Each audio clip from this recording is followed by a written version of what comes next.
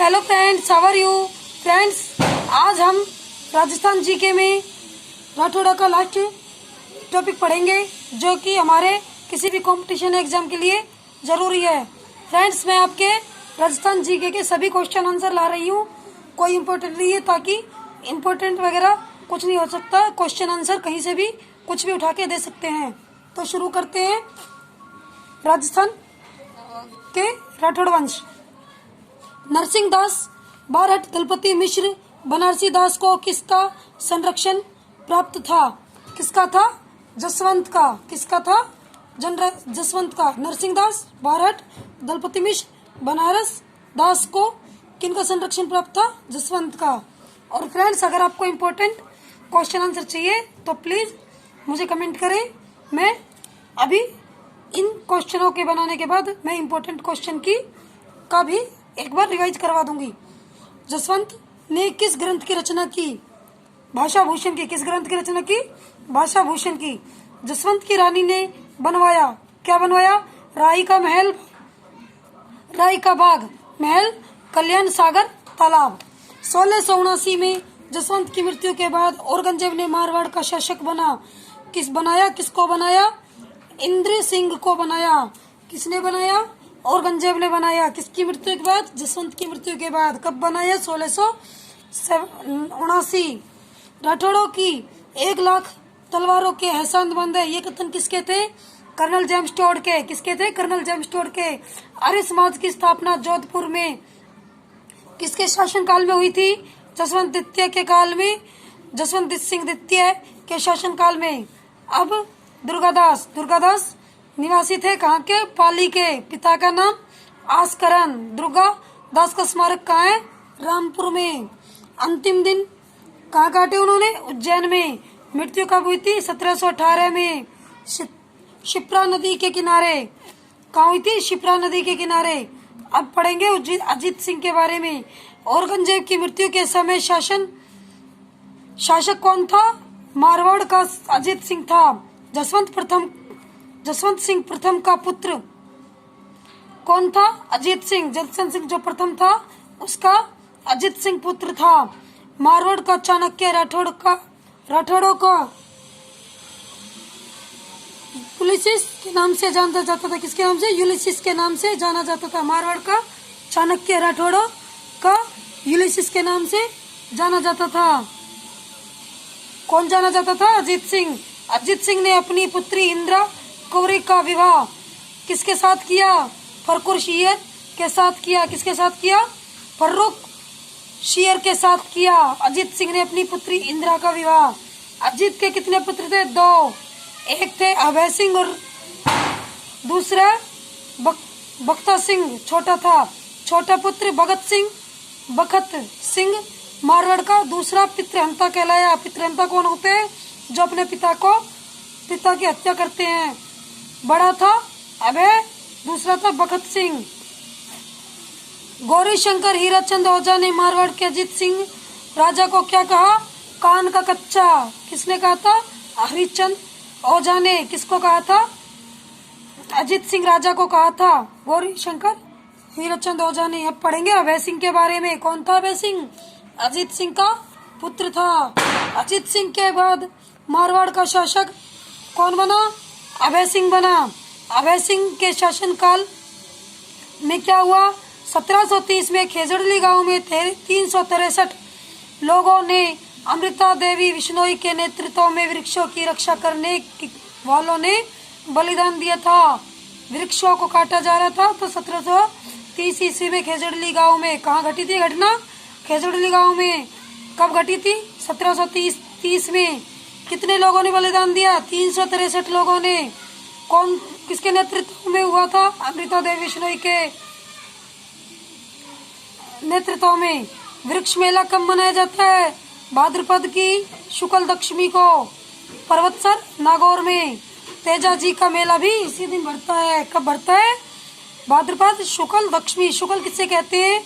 जो पूर्णु के ये अमावस्या के बाद जो 15 दिन आते हैं उनको शुक्ल बोलते हैं। और जो पूर्णु के बाद आते हैं, पूर्णिमा के बाद आते हैं, पूर्णिमा के बाद दिन आते हैं, उनको क्या बोलते हैं?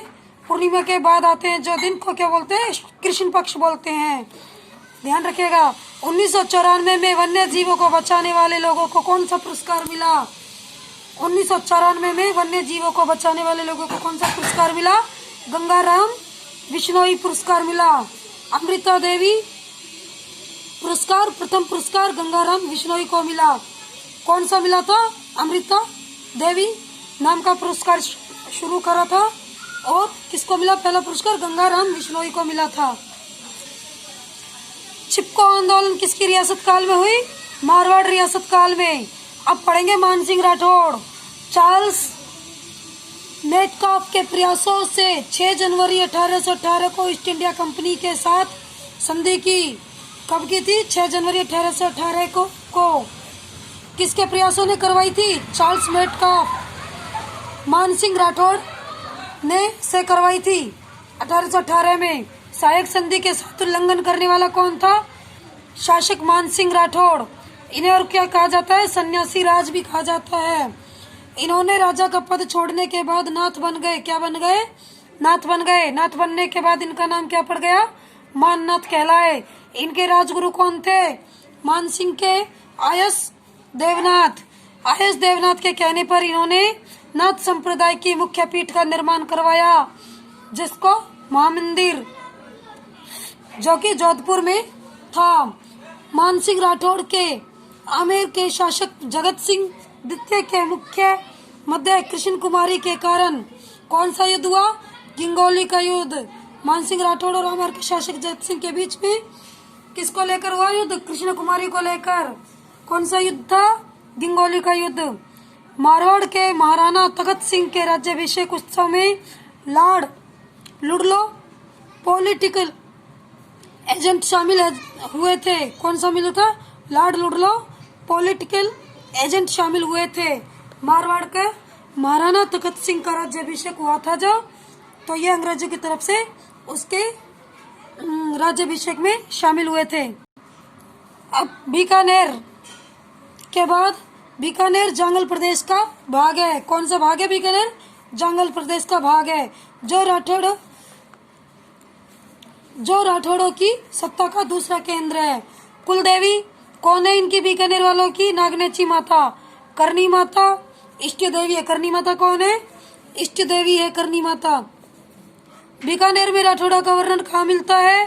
तो यह दयालदासरी ख्यात में। कहाँ मिलता है? दयालदासरी ख्यात में। राव बीका जोधा का 5वां पुत्र था। माता का नाम सांकला रानी नौरंगद था। पिता जोधा थे। बीका ने पहले कोडम देसर को अपनी राजधानी बनाया। किसने बनाया? कोडम देसर को। मंडोर से भैरव की नाथ की मूर्ति स्थापित करके कोडम देसर मंदिर बनवाया विक्रम संवत 1442 में। मंडोर से भैरवनाथ की मूर्ति स्थापित करके कोडम देश ने मंदिर बनवाया। कब बनवाया? विक्रम संवत, यानी कि विक्रम संवत का साल था कैलेंडर के अनुसार 1442 ईस्वी में बीकानेर बनवाया। छोटा सा किला बनवाकर 1488 में बीकानेर की स्थापना की।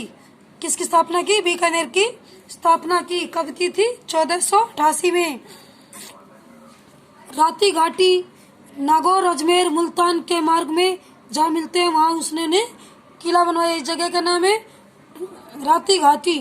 नागौर अजमेर मुल्तान के मार्ग में जहाँ मिलते हैं, नागौर जिले के में नागौर का राती घाटी और अजमेर का मुल्तान के मार्ग जहाँ मिलते हैं वहाँ उन्होंने किला बनवाया। बीकानेर का राठौड़ का वंशज कौन था? राव बी। अब पढ़ेंगे लूनकरण के बारे में। राव लूनकरण के छोटे पुत्र थे। राव बीका के छोटे पुत्र थे राव लूनकरण। वह दयनशीलता के लिए प्रसिद्ध था। करमचंद वंशोत्तर कीर्तनकम में दानशीलता का वर्णन करमचंद वंशोत्तर की कीर्तनकम में दानशीलता का वर्णन करण से की। बीठू सुजान ने जेतसी के छंद ग्रंथ में कलयुग का करण कहा गया है। बीठू सुजान ने किसमें कहा? जेतसी रो छंद कलयुग का करण कहा है। पृथ्वीराज की पत्नी बालाबाई कौन थी? लोनकरण की पुत्री थी। पृथ्वीराज की पत्नी बालाबाई थी, जो किसकी पुत्री थी? लोनकरण की। राव जेतसी लोनकरण की मृत्यु के बाद अप्रैल 26 में जेतसी बीकानेर का शासक बना। मालदेव ने बीकानेर पर कब आक्रमण किया? 1541 में। जेतसी ने अपने परिवार युद्ध के समय कहाँ भेज दिया? जब जेतसी ने अपना परिवार युद्ध के समय कहाँ भेज दिया? सिरसा में।